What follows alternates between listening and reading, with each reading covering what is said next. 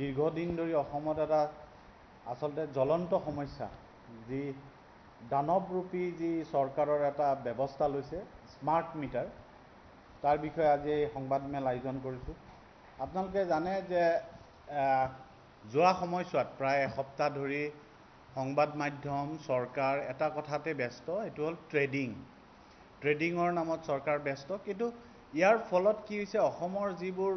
মৌলিক প্ৰশ্ন, যিবোৰ চৰকাৰৰ মূল জনগণৰ ৰাজপথত ওলাই আহিছিল চৰকাৰৰ বিৰুদ্ধে যিবোৰ কথাত, সেই কথাবোৰ আচলতে তল পৰি গ'ল। আৰু ৰাইজৰ দল বদ্ধপৰিকৰ যে এই ক্ষেত্ৰত কিন্তু ৰাইজৰ দলে যিবোৰ মৌলিক সমস্যা, জনগণই যি বিগত সমস্যাত যিবোৰ সমস্যাক লৈ প্ৰতিবাদ কৰি আছে, ৰাইজৰ দলে সদায় ৰাজপথত জনগণৰ লগত থাকি এই আন্দোলন, এই প্ৰতিবাদ আগবঢ়াই লৈ যাব। আপোনালোকে জানে যে যোৱা সময়ত চৰকাৰৰ যি গৃহ বিভাগৰ যি বিফলতা, অসমৰ মুখ্যমন্ত্ৰী আৰু গৃহ বিভাগৰ দায়িত্বত থকা মুখ্যমন্ত্ৰীৰ যি বিফলতা, হত্যা, ধ্বংসলীলা, মাৰ্ডাৰ্ছ, ধৰ্ষণ, এই সকলোবোৰ ঘটনাৰ গৃহ বিভাগ সম্পূৰ্ণ বিফল হৈছে। একে সময়তে যি মূল্যবৃদ্ধিৰ ক্ষেত্ৰতে হওক বা ঋণৰ বোজা যেনেকৈ জাপি দিয়া হৈছে, যে সকলো ক্ষেত্ৰত এই চৰকাৰখনে মূল্যবৃদ্ধিৰ ক্ষেত্ৰতে জনবিৰোধী স্থিতি লৈছে। আচলতে তাৰ পিছত দানৱৰূপী যিটো এটা চৰকাৰৰ শেহতীয়া যিটো এটা চৰকাৰে যোৱা সময়ছোৱাত এটা ব্যৱস্থা লৈছিল স্মাৰ্ট মিটাৰ, আৰু এই গোটেই সমস্ত কথাবোৰক এতিয়া ট্ৰেণ্ডিং চলিছে ট্ৰেডিঙৰ ওপৰত। আৰু এই ট্ৰেডিঙৰ ওপৰত কোনো ভাল কথাত আজি ভাল কাৰণত অসমত ট্ৰেডিঙৰ ওপৰত ট্ৰেণ্ডিং হোৱা নাই, কিছুমান বেয়া কাৰণত আজি ট্ৰেণ্ডিং হ'বলৈ পাইছে। কিন্তু আচলতে আজি ট্ৰেণ্ডিং হ'ব লাগিছিল অসমৰ মুখ্যমন্ত্ৰীৰ পৰিয়ালৰ দুৰ্নীতি, স্মাৰ্ট মিটাৰৰ জৰিয়তে অসমৰ 3,35,00,000 লোকক যি শোষণ কৰিবলৈ ওলাইছে এই চৰকাৰখনে, যি মূল্যবৃদ্ধিৰ বোজা জাপি দিছে, যি ৰাজপথত ৰাজআলিৰ ৰাজপথৰ যি জৰাজীৰ্ণ অৱস্থা, তাৰ পিছত পাৰাই পাৰাই টোল গেট পাতি যি গুণ্ডা টেক্স সংগ্ৰহ কৰা আৰম্ভ কৰিছে চৰকাৰখনে, আৰু দুৰ্নীতিৰে লুতুৰি পুতুৰিৰে মুখ্যমন্ত্ৰীৰ পৰিয়ালৰ যি দুৰ্নীতি, এইবোৰ কথা আচলতে এই শেহতীয়া এই ট্ৰেডিঙৰ ইছ্যুটোৱে দবাই দিছে। এতিয়া মই এটা কথা মুখ্যমন্ত্ৰী যোৱাকালি কৈছে, যে মুখ্যমন্ত্ৰীয়ে যোৱাকালি কৈছে যে কৰিমগঞ্জত তেওঁলোকে সীমান্ত আৰক্ষীক শক্তিশালী কৰি BSFৰ লগত লগ লগাই বাংলাদেশৰ পৰা যি অবৈধ প্ৰব্ৰজন হৈছে সেইটো বন্ধ কৰিব। আমি স্বাগতম জনাইছোঁ ৰাইজৰ দলে। কিন্তু একে সময়তে আমি মুখ্যমন্ত্ৰীক প্ৰশ্ন কৰিব বিচাৰিছোঁ যে ফৰেনাৰ্ছ ট্ৰিবিউনেলৰ জৰিয়তে 78,000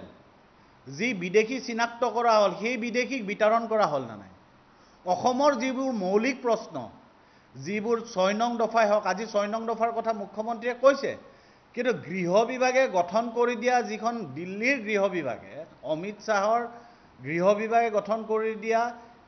কমিটিখনৰ প্ৰতিবেদনখন আজিলৈকে অসম চৰকাৰে যোৱা 5টা বছৰ দিল্লীলৈকে পঠোৱা নাই। আজি যি আভুৱা পৰিছে 6 জনগোষ্ঠীৰ জনজাতিকৰণৰ ক্ষেত্ৰতেই হওক বা অসম চুক্তি ৰূপায়ণৰ ক্ষেত্ৰতে হওক, এই সকলো ক্ষেত্ৰত আজি চৰকাৰখনে যি আভুৱা পৰিছে, আৰু যে তেওঁলোকে কা আইন আনি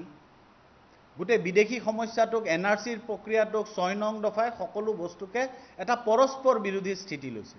আৰু সেইকাৰণেই তাৰ পিছত এতিয়া শেহতীয়াভাৱে এই চৰকাৰখনে দানৱৰূপী স্মাৰ্ট মিটাৰৰ এটা যিটো শোষণ, সেই শোষণৰ কাৰণে তেওঁলোকে তৎপৰতা দেখুৱাইছে। আৰু এই ক্ষেত্ৰত যে আজি এই চৰকাৰখনৰ কিয় ইমান স্মাৰ্ট মিটাৰৰ ক্ষেত্ৰত ইমান তৎপৰ হৈছে, যি সময়ত শাসকীয় দলৰ প্ৰাক্তন সভাপতি সিদ্ধাৰ্থ ভট্টাচাৰ্য ডাঙৰীয়া, অসমৰ গুৰুত্বপূৰ্ণ এটা সমষ্টি, পূব গুৱাহাটী সমষ্টিৰ তেখেত বিধায়ক,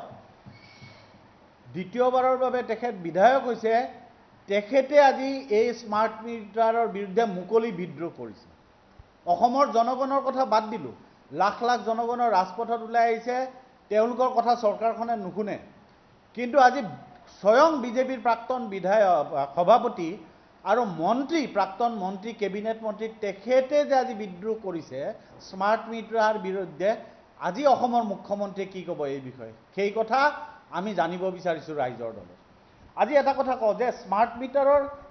এই গোটেই প্ৰক্ৰিয়াটো কি কাৰণত হ'ল, এই চৰকাৰৰ ইমান তৎপৰতা কিয়, যে আজি 69 লাখ স্মাৰ্ট মিটাৰ অসমত মানে সংযোজন কৰাৰ কাৰণে স্থাপন কৰা ইনষ্টল কৰাৰ কাৰণে চৰকাৰৰ আৰম্ভ কৰিছে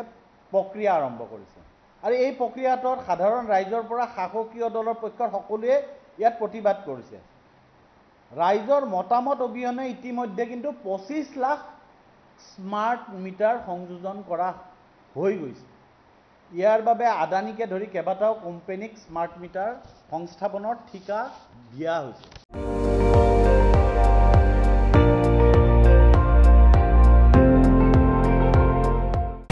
আপুনি চাই আছে ND24 সৰ্বশ্ৰেষ্ঠ নহয় সৰ্বোত্তমৰ দৌৰ